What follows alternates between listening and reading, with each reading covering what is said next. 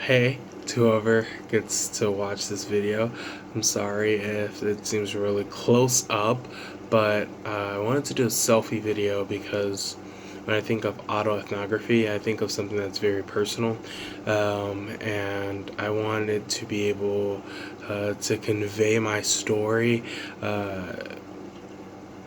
through a means that I feel like I can express myself in the most raw form.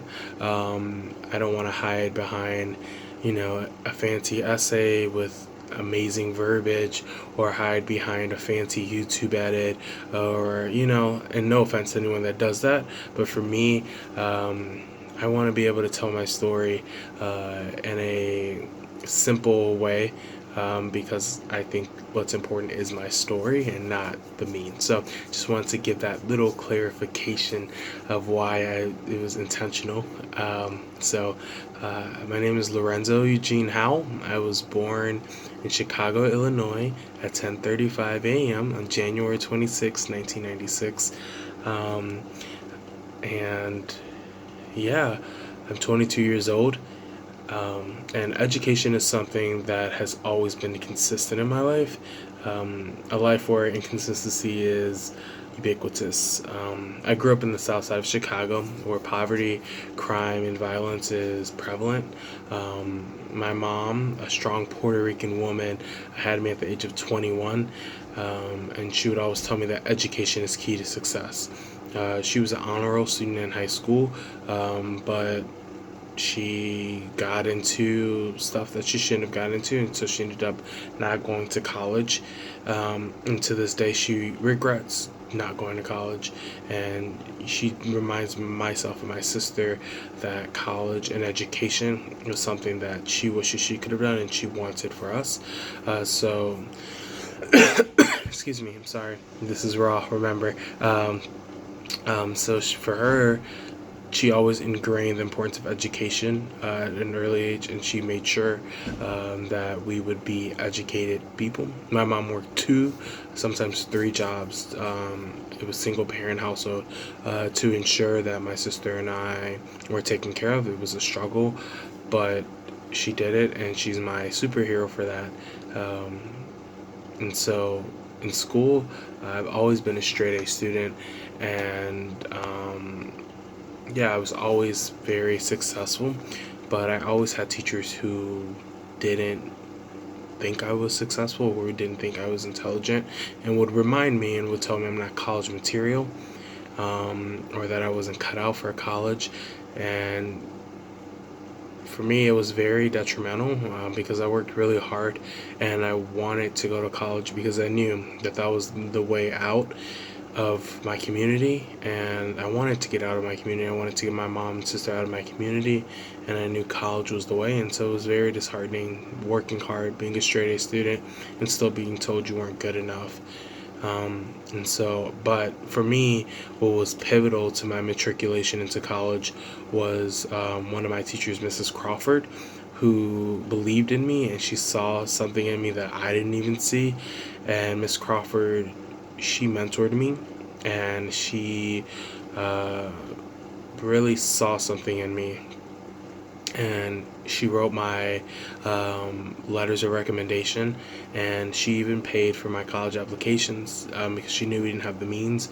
And Mrs. Crawford was somebody who had the social capital, had the economic capital to help me, but she also had the passion and the desire and the time to do so, and I feel like that's what makes her so unique. Often teachers have that capital, but often they don't want to invest in their students because they may see teaching as something that is, I don't know what they may see teaching us, but I've had teachers who didn't really care about their students, but Mrs. Crawford was different. And so I got into Notre Dame, and it was the biggest accomplishment of my life. No one from my community, which is an hour away from Notre Dame, has ever gotten into Notre Dame. It was a big deal. It was in the newspaper. It was something that was announced in school. It was a big deal for not just myself, my school, my community as a whole. And that's when I knew that my purpose was bigger than just for myself. My purpose was to give back to my community. And so going to Notre Dame was honestly a struggle. It was a struggle to transition. And I felt out of place, being one of the few black kids at Notre Dame.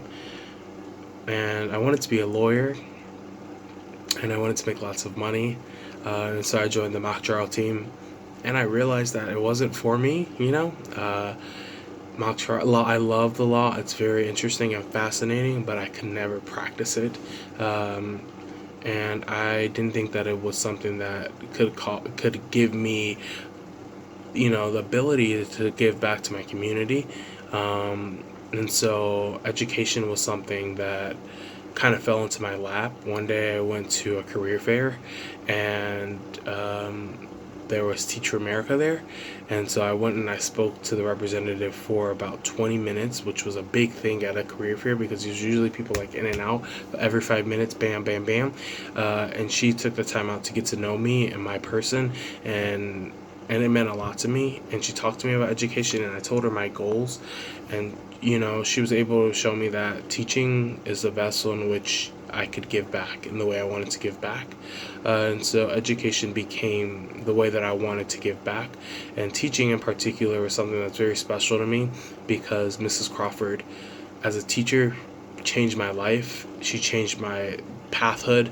She changed just everything for me, directionality of my life. And she made this possible. She made this video possible. She made STEP possible.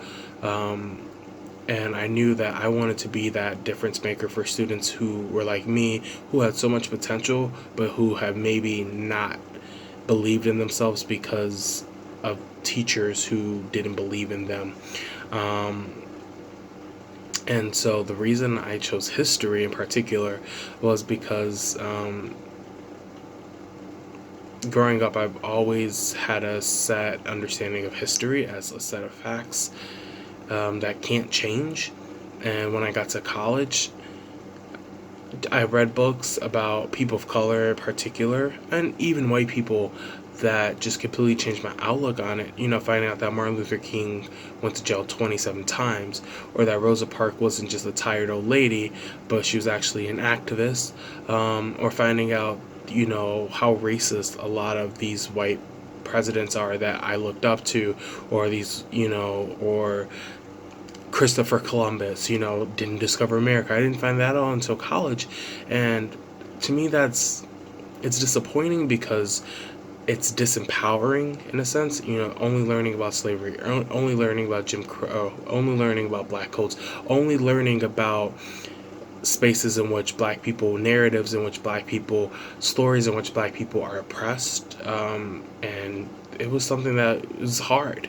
And learning about how much of a difference African Americans and Latinx peoples and Asian people and Indians, Native Americans, how much of an impact they've done for us in this country. That's what has made me develop a sense of empowerment and has shown me that I can truly make an impact and a difference. And I think that history is the route in which I can empower other students of color and use it as a source of social justice. Because if you can teach students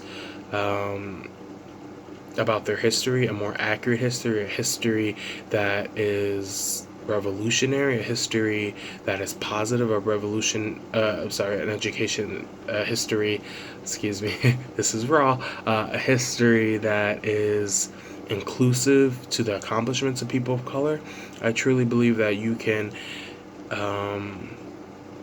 teach a group of students of color to go out and to be difference makers, and that's what I want.